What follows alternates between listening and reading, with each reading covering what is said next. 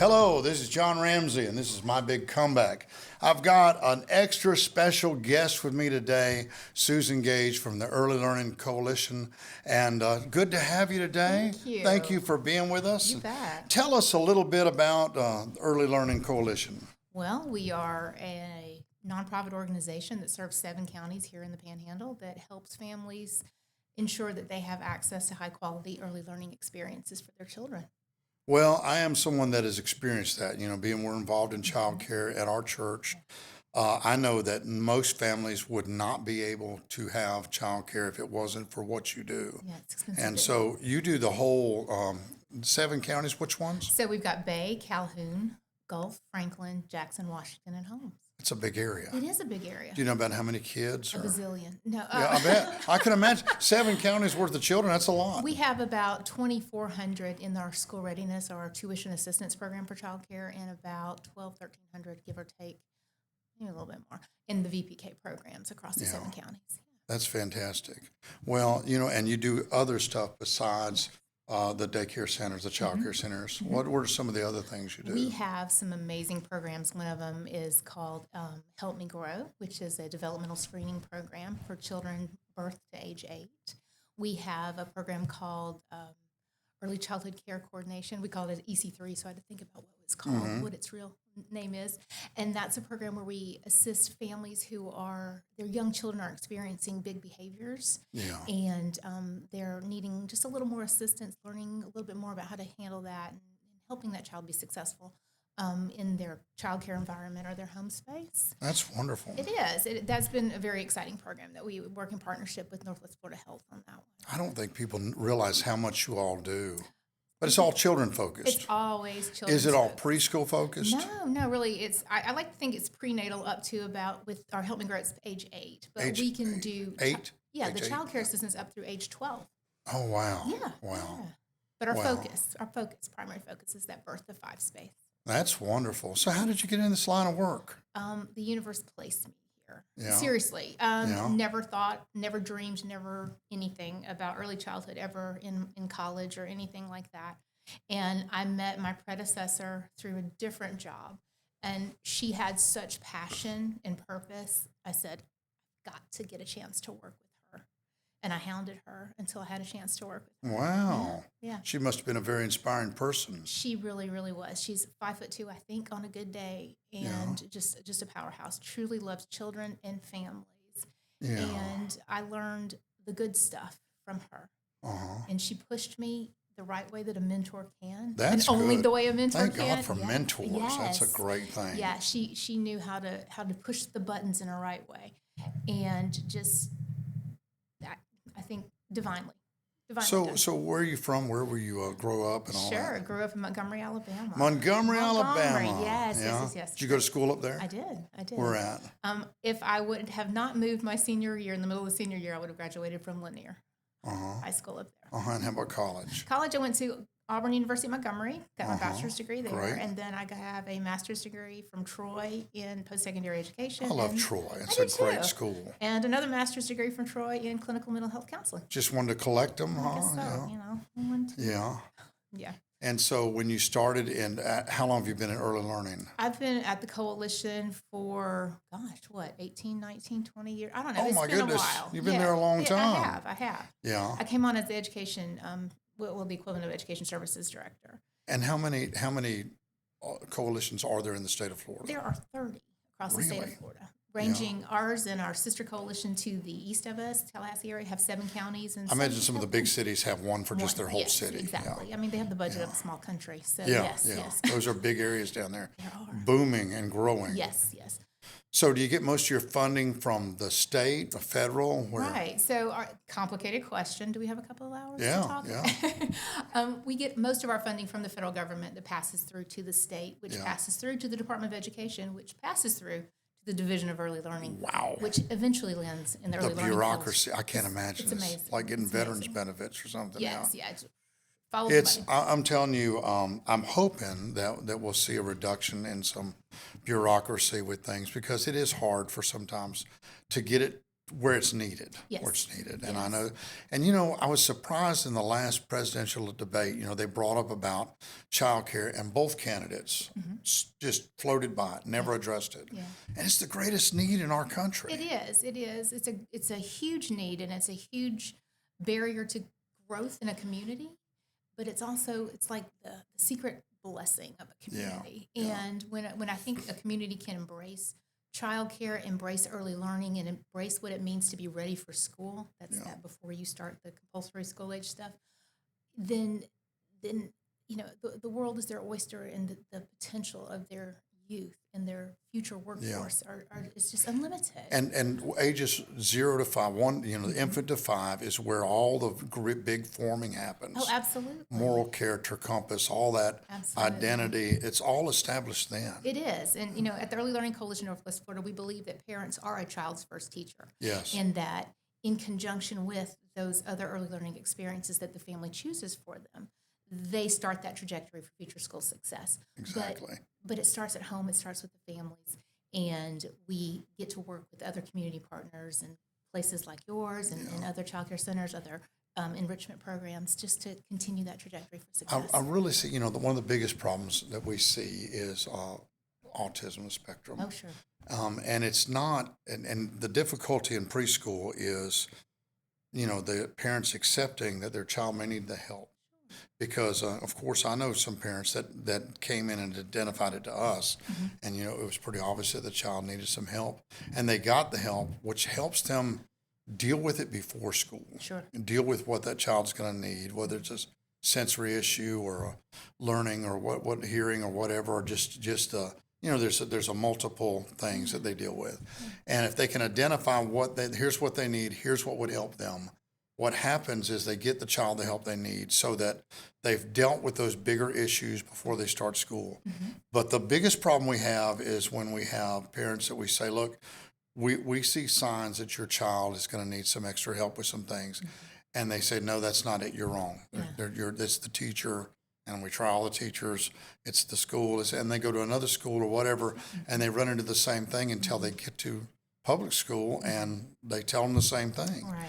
And then the earlier you can deal with it, the better. Absolutely. And that's what we hope we can get them to do. Absolutely. And I always try to remember, what's it like to be in the seat of the parent when that initial suspicion or diagnosis is actually given, and all of the dreams that might be postponed about that child, which is not always the case. So I think people have a tendency to go to the negative, when really, if we can identify potential challenges or developmental delays, start working with that child has a greater chance of success later on in life. Well, and I am that parent. I mean, okay. I am that grandparent because my grandson Carter is on the spectrum, and he early on his mom, my daughter Kimberly, my oldest daughter, told me, Dad, something's going on. This is not normal. And of course, me being old style grandpa says, no, it just needs a harder hand. You need to be tougher on him. You need to get him straightened out. And she said, no, there's no straightening him out. It's not what I'm not dealing with behavior. It's something different. So they came stay with me for a Christmas. And when they did, all the other kids ran to the Christmas tree. He takes his iPad and goes over in a corner. Wanted nothing to do with those presents. Sure. And I said, that's different. That's different. And it was because he we had to learn that if you try to make him fit in your world, you're going to have some difficulty. Right. So you have to kind of accommodate his world. And as he's grown, he's 10 years old now. He's doing great. And, the doctors first said that he would be nonverbal and this and that. None of that was accurate. Right. I think that scares parents sometimes, but that's not always accurate. No. And she immediately put him into the therapy and the ABA and all that, and she got him help. And he's a brilliant kid. He reads 4 grades ahead of his level. He's brilliant, and he has some challenges and some things. But if the people that are working with him know that, it helps them so much. Right. Then we'll tell them, if you try to make him do this, it's going to get loud and noisy. He's not violent or anything like that, but he's loud and noisy. Right.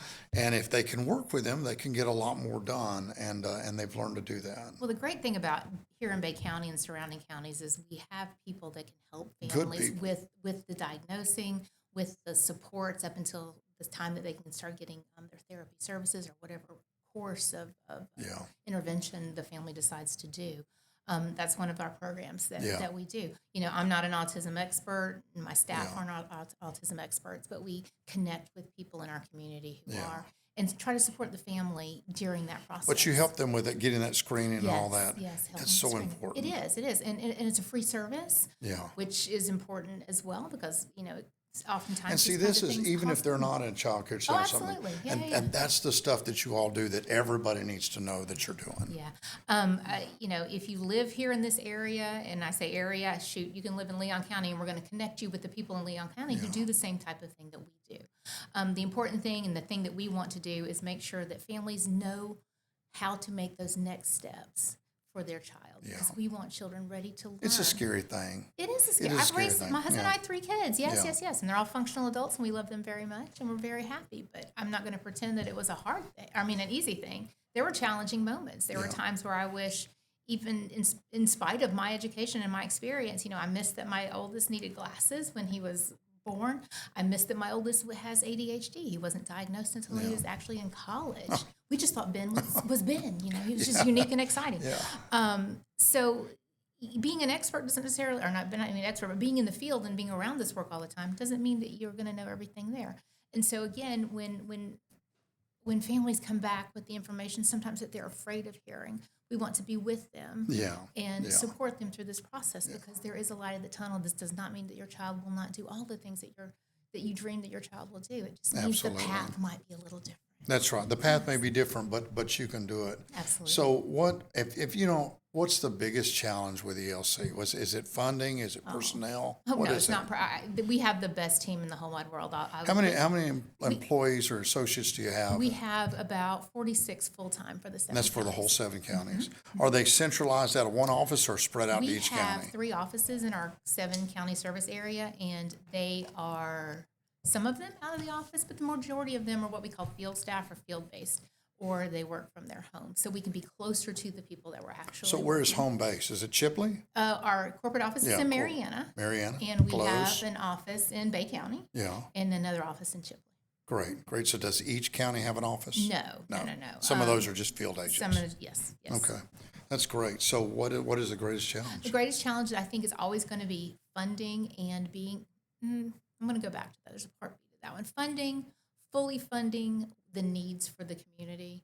And then another challenge is helping the community understand the opportunity that they have when it comes to setting the stage, the foundation for what it means to be ready for school.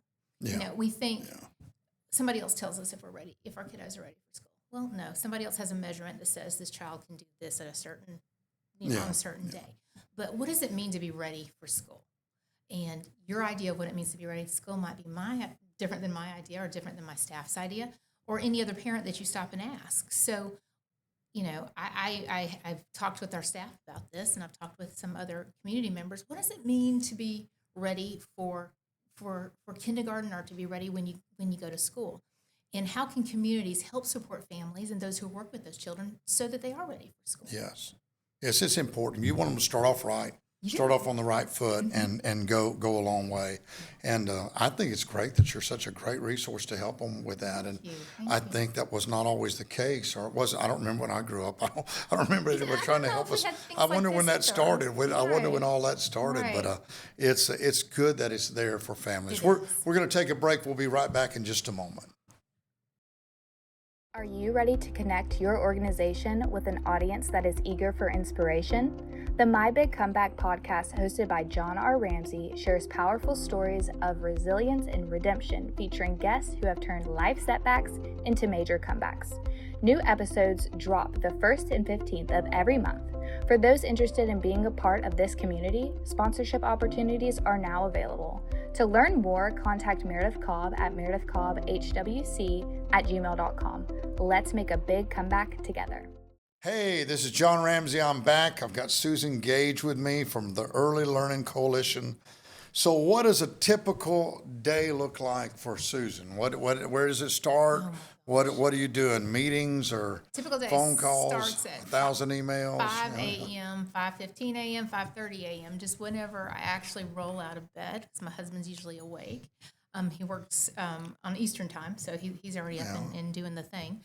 And I get up and have a coffee, tend to the doggies, and then pull out my calendar and see where I'm supposed to be and when I'm So supposed you to be moved there. to the other 7 counties? I live in Washington County. But I mean, do you go to all Oh, 7 heck yeah. counties? Really? Yes. Wow, that's a lot of road time Of course for it you. is. That's why I'm such a podcast fan. Wow. Man, that's a lot of driving. It is. It is a lot of driving, but if we can't do the work unless we're in the communities. Otherwise, Yeah. we're just another Yeah. group that comes in and claims to save the day. No, that's not what we do. We come in, we see where communities are, we see where we can help them with the vision that they have for their young children, and then move forward from there. So we have to be in the field. You know My what goodness. it's like. I know what it's like, but I thought with you, because you're kind of the boss person, that you would get to stay in one place and everyone else move around, but you move around with Move them. around with them, right? Well, right. great. They So tell me you're- where we need to go. So you're very hands-on leadership? I try to be hands-on, yes. Yeah. But I also try to hire wonderful people who I can trust and listen to them, and then they tell us where and what we need to do. I told someone this week that delegation is the key to leadership.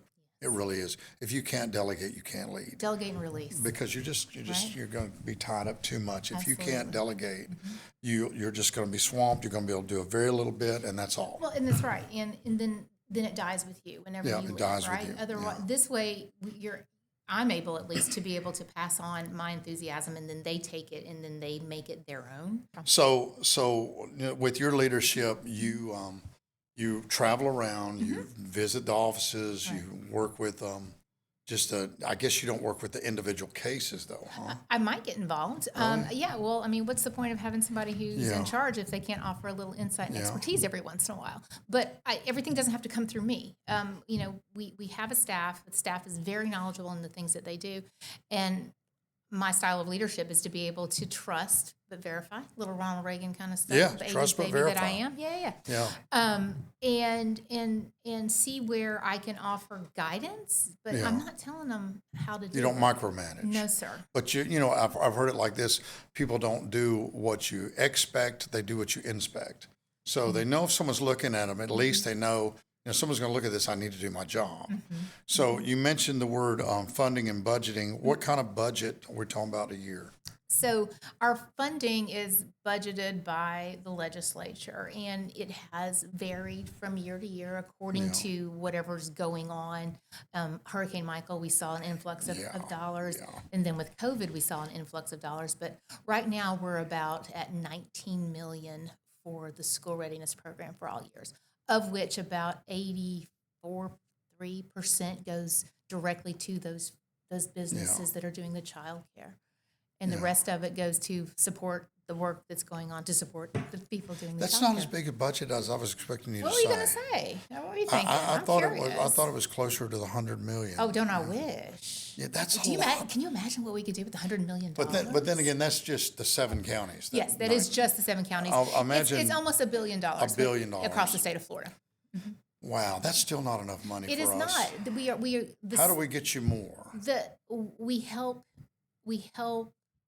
the constituents. We help our elected officials understand how critical childcare access is for healthy families, for growth of communities, and for our future success here in Bay County and surrounding. So let me ask you this. When you talk about it comes from federal, goes to the state, but it's not earmarked for the state directly from federal for early learning. This probably goes into a big fund No. that funds a lot of Actually, things. it is earmarked directly. Is it? It is. So it's federal for ELC. It's federal for the Child Care Development Fund. So there's Okay. a specific block grant that the money comes to from But the feds. does anyone else get money out of that child care development fund? No. Okay.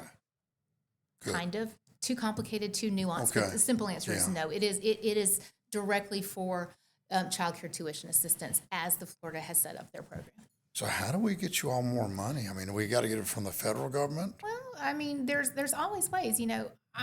Believe it or not, I'm a fiscal conservative, so I'm not going to come up and go, we have to do this, we have to do that.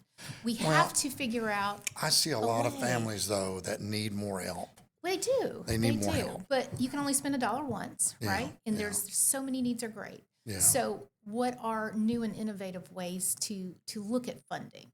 I know the state's going through this real heavy look at property taxes and that. I've just had 2 days worth of subcommittee hearings, of which I listened to and learned a lot. And that's a very confusing program in itself.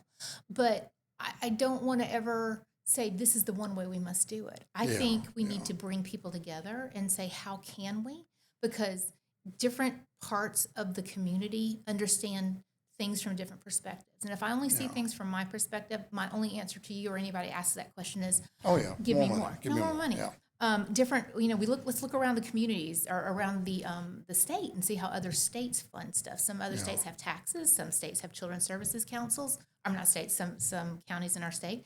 The others, they have good philanthropic, Yeah. support and bases. And so, as Bay County and surrounding counties continue to grow, how do we construct our mindset such that we're looking for those kinds of things? And then Well, it's like what you. you touched on is exactly why I created Heroes Child, is because our military families Right. are not eligible for ELC. Right. And my heart was, I grew up with a father that was in the Air Force all his life, was an enlisted man with 5 kids. Wow. So we had tough days Yes, in you my did. house. And sometimes he had to work 2 jobs. I mean, the guy was really trying hard for our family. He just passed away about 4 months ago.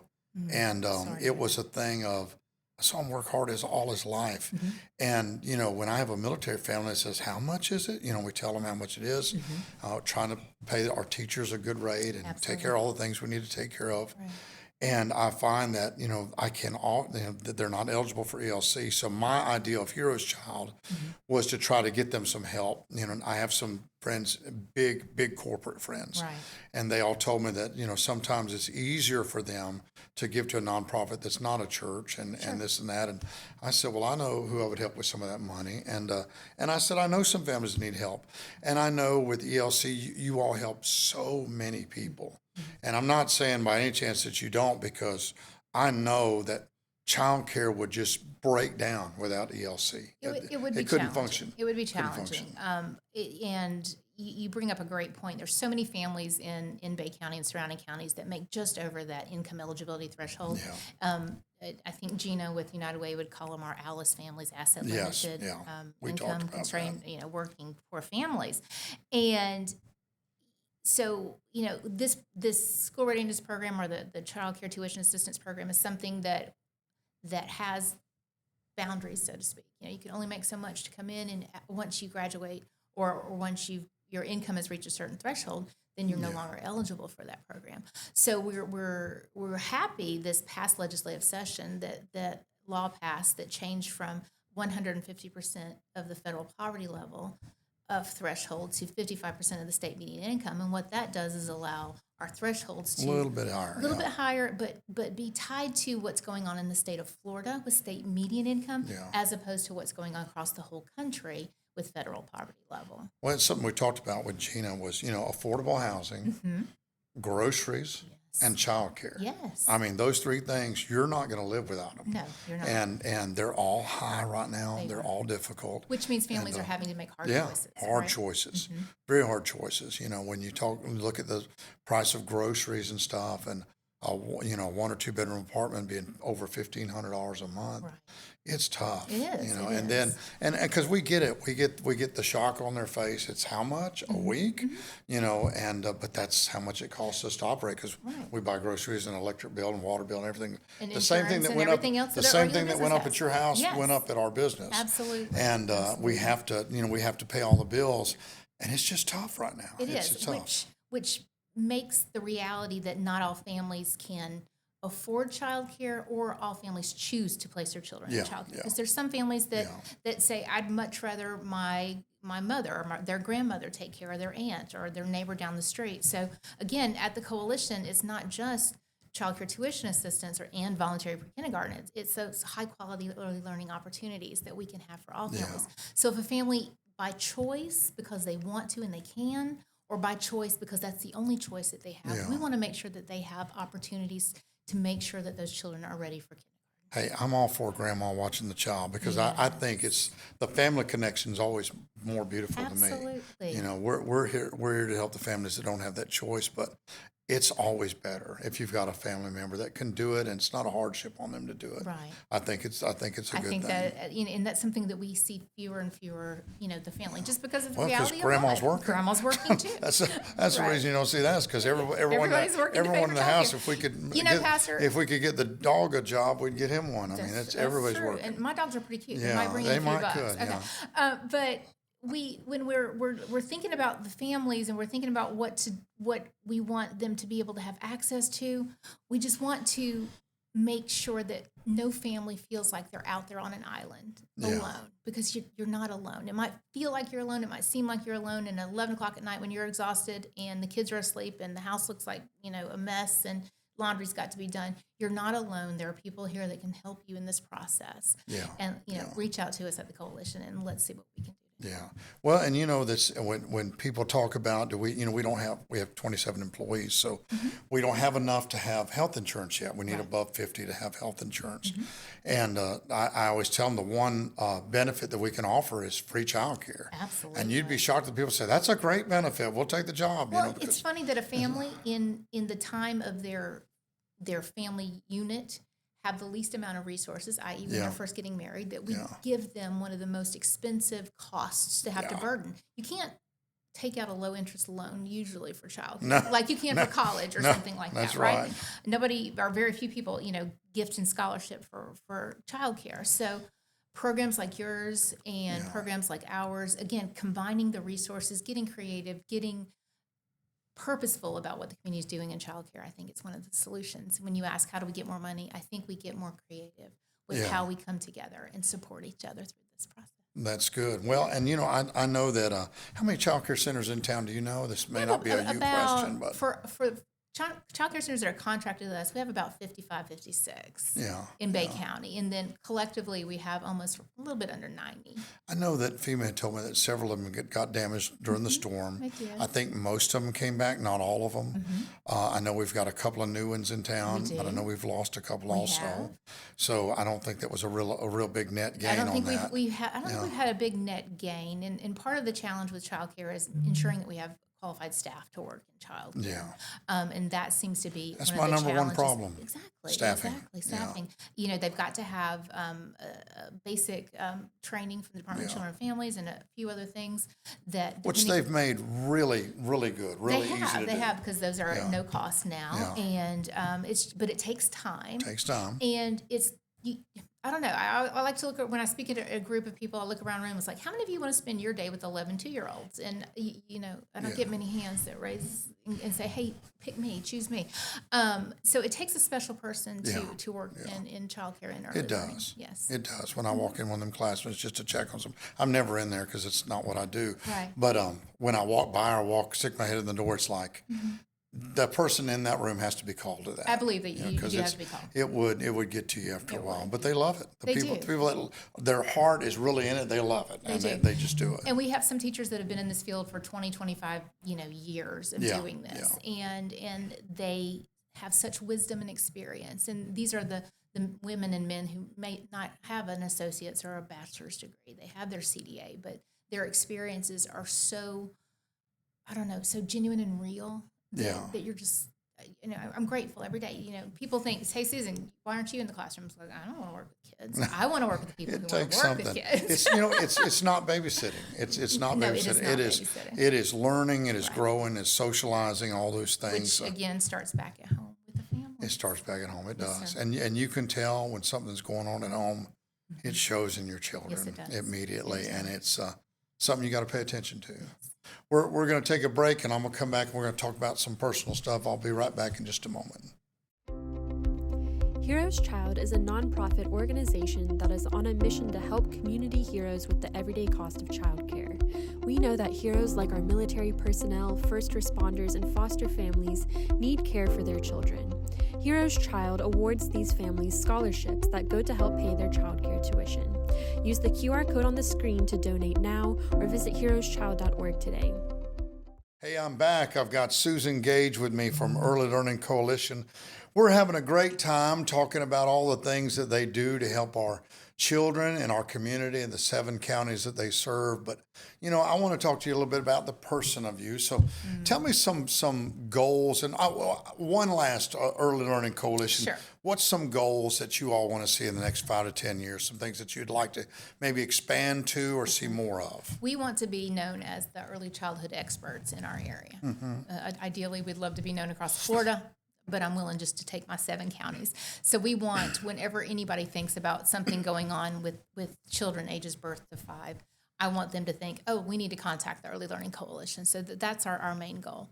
And then we want our counties that we serve and the families that we serve in those counties to be able to reach their dreams and desires for their children.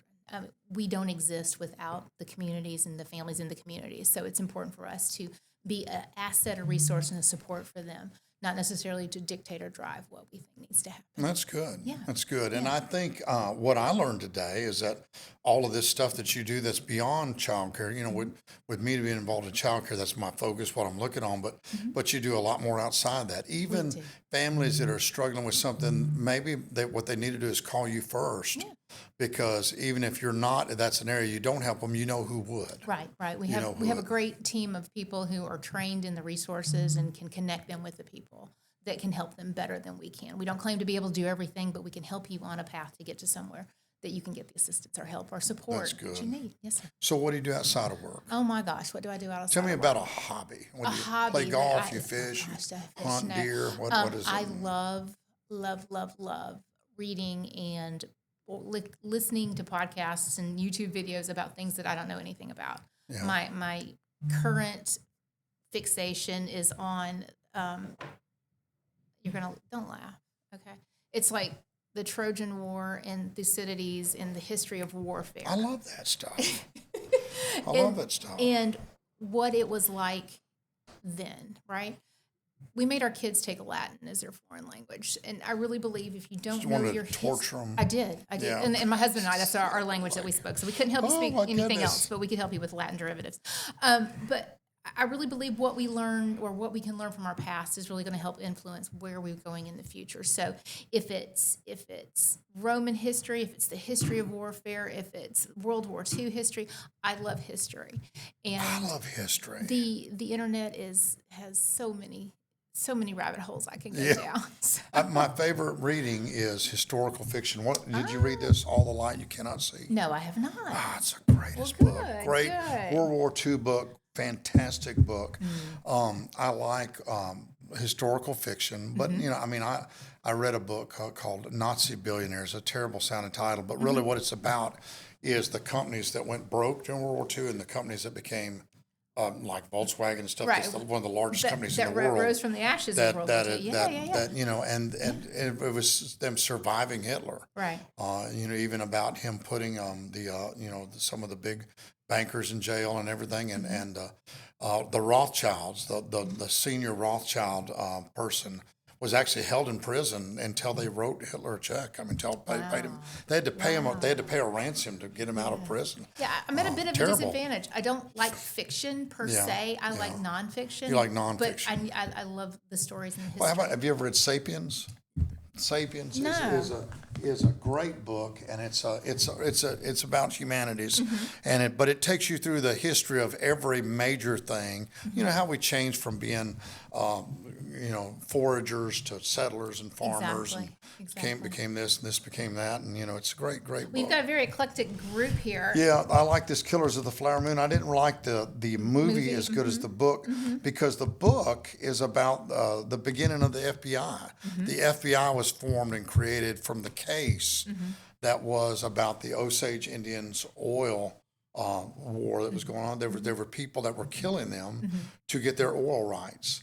And once they put the American Indians on Native Americans on the reservation, then they found oil on the reservation. Of course, they wanted the oil, right? And the sheriff got involved in taking advantage on switching these mineral rights over to the townspeople outside the reservation and bilking these people out of their money. And of course, there was no one that could investigate because the county sheriff was on the take getting the money. And so Washington created a bureau of investigation. There And we go. the FBI, the movie tells nothing about that. Well, and I miss it's it. so amazing, just the backstories that we don't know Yeah. in our short history of the United States of America, right? Yeah. It's just all this stuff. So I'm eternally curious. I think What's your favorite book if I had to go buy a book? I knew you were going to ask me something like that, and I can't give you a favorite book because it's a favorite book this week. Okay. You know, it's like that's What are you reading this week? This week, I'm literally on Thucydides' history of like the Peloponnesian Wars and things like this. Yeah. No joke, it's on like I the don't fourth know. bookshelf and right there. I don't know. I don't know if I would read that. It's I'm going to interesting- read it's it. interesting to I'm me. going to read it because I've never read it, and I'm going to see if I like it. Listen to a podcast first that talks about it. and What then- would be the subject? If I type in podcast, what am I looking for? like history of war? History of war. History Okay, of that's war. easy enough to find. Just that. I can find it. I'll check it out because I'll try anything. I'll try anything. Absolutely. And I'm very eclectic in my Absolutely. reading. Yes. Well, and I say reading these days, I mostly listen to podcasts Yes. or Audible. Right. Audible. I listen to a lot of Audible books. Audible. Yes. So, like, if I asked you what's on your bucket list, what do you want to do that you haven't done? What would be on there? I want to travel back over to Eastern Europe. I haven't. We were there in 2020. What part of Eastern Europe? I would like to go to the Adriatic Sea, the coast, their western coast of that part, or the eastern coast of the Adriatic Sea.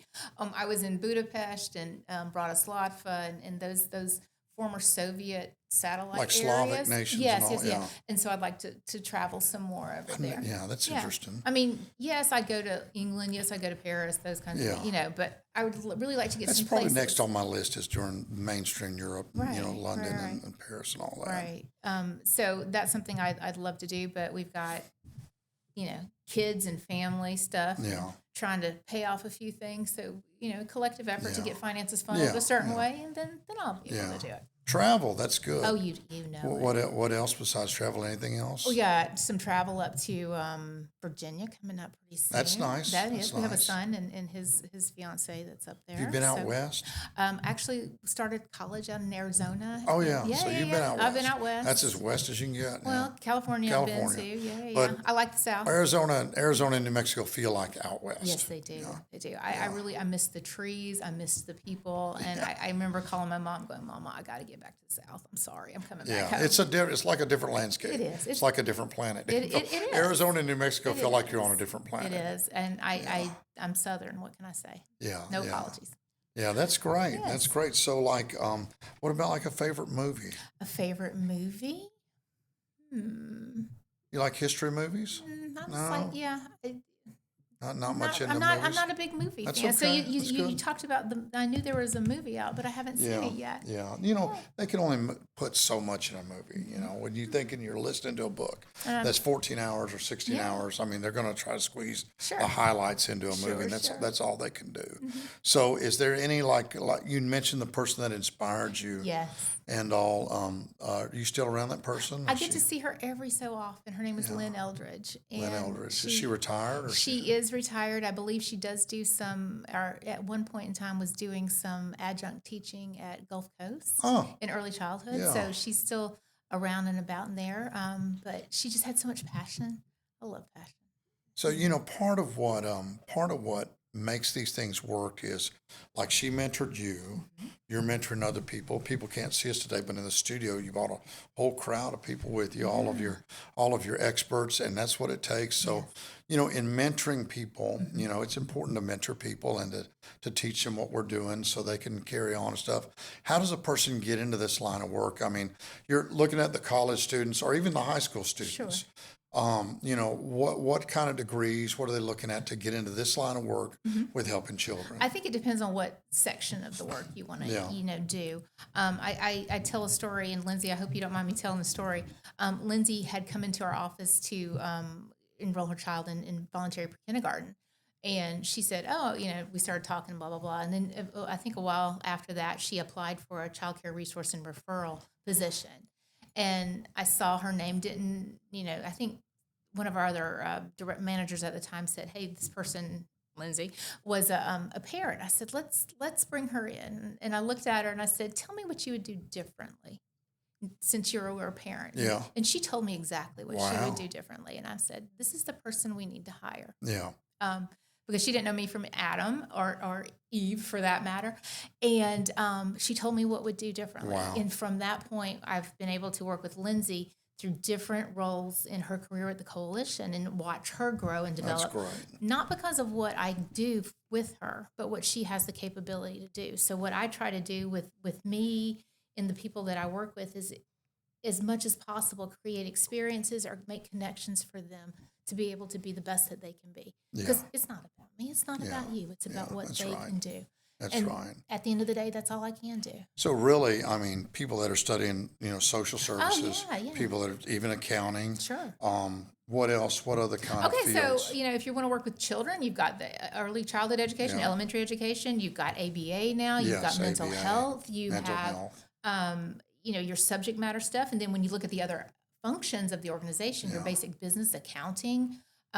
Lindsay has a master's degree now in organizational management, I believe is what it is. Yes. So, it really is, where do you find your niche? And the beautiful thing is your niche can change. I'm sure you got grant writers. You're looking at them. Yeah. It's challenging. Some of them grants are challenging. There's a lot of information. My bachelor's degree is in general studies because I couldn't figure out the one thing that I wanted to do. And I'm so grateful that I didn't pigeon myself into it. And I got a wide experience. And really, when you're working a nonprofit, and really we're a small nonprofit, you need to have as much experience in as many things as possible. So if you're a generalist, that's wonderful because you'll find your hands in a lot of pies that we have. Well, and we find that, when we're filling out grants and stuff, I mean, they ask for a lot of analytics. Yes. Which I have not always been strong on. I mean, you talk about small, we are small. And so we, I imagine a bigger organization like yours, have you got people that specialize in your analytics and studies? We do. How do you collect all that? We have a couple of people who that isn't necessarily their only specialty, but that's something that they're focusing in on, and they're working on how do we present the data that we collect, because we have some amazing data that shows how early learning in our area is impacting the community, how the children are doing, and happily we'll be able to release that pretty soon because we're just experiencing our 20-year anniversary here in Bay County and the surrounding counties, and we are going to be sharing a lot of those results coming up in the next few months. That is fantastic. It is fantastic. I mean, because all those grants, they always ask for, how many children are you serving and what's the impact? Especially dealing with trying to help these military families. They want a lot of information. Yes, these organizations, and they have a right to it. They want to know that they're hitting the mark that they're trying to hit, and that's what they're trying to find out. Is Absolutely. If I fund your organization, am I going to accomplish my goals and things? So I understand what they're asking for, and I want to give it to them. But sometimes it's challenging. Sometimes it's trying to get the information from the families. It is, and trying to think outcomes when you're at the very beginning of planning, right? Is what is it you want to have happen? I don't know what I want to have. Yeah, I do know what I want to have happen. So how do we make sure that we're collecting that information on the front hand so that it's readily available for our funders or the potential funders that we might find ourselves with? What do you wish that our area had that it maybe doesn't have right now? What do we need more of? I would love to see something like a Children's Services Council.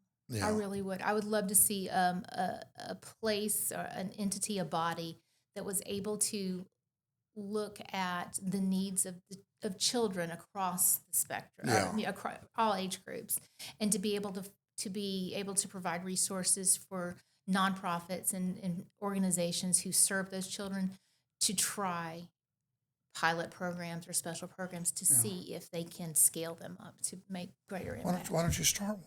Well, who knows? I mean, we need it. We need it. There are. You're talking about a collective group of heads, Yes. different organizations, different things, But coming together for that same children cause. There is, and that's just one way, right? And Yeah. I don't ever want to think that's just the only way, but that is one way. And I don't live in Bay County, right? Yeah. So from a citizen's perspective, it's not a lift I can rightfully That's do. so tough. And what I always try to watch for is the bureaucracy trap. Sure, I mean, it's so hard to stay out of. You get a group of people and they all study and talk, Yes. and it's you gotta. I'm a real task oriented person. Which is why It's difficult. a children's services council might not be, because Yeah. it is formulated. Yeah. It is how it has to Yeah. do. So, It's tough. is there a different way that we can reach the same goal? And Yeah. if I knew the answer, I would already have done it by now. Yeah. But I believe in Bay County and surrounding areas, we have brilliant people who can recognize that impact, influence, and investment in young children is critical. Yeah, I want to help them. Yes. I don't think I'm the person for that, but I want to help them, and I will. So hopefully there'll be someone that'll rise to the occasion and help us put that together. I Because would love it. I think there's a lot of people doing things that a lot of people don't know they do, Exactly. and that's difficult. And a podcast like yours just Yeah. helps Yeah. help us expose us to those other Yeah. areas that we might not know I about. think that's good. You've been very interesting to talk to today, Thank you. and you've done very well. And Thank I you. appreciate you bringing your team with us. I'm going They're great to I'm people. going to at least listen to a podcast on the history of war, and if it brings up something interesting, who knows? Maybe a whole new level of You know interest. what I think for you'll me. learn? What's that? The problems haven't changed. Yeah, that's Same right. problems. It's the same set of Same problems, problems. just different weapons. I think, different it weapons. just gives We me have comfort. airplanes now, but the same guy with the slingshot was fighting the same thing. Exactly. Thank you for being with us Thank today. you Thank you so for talking much. with me, Yes, Susan. sir. Thank Thanks. you for being with us.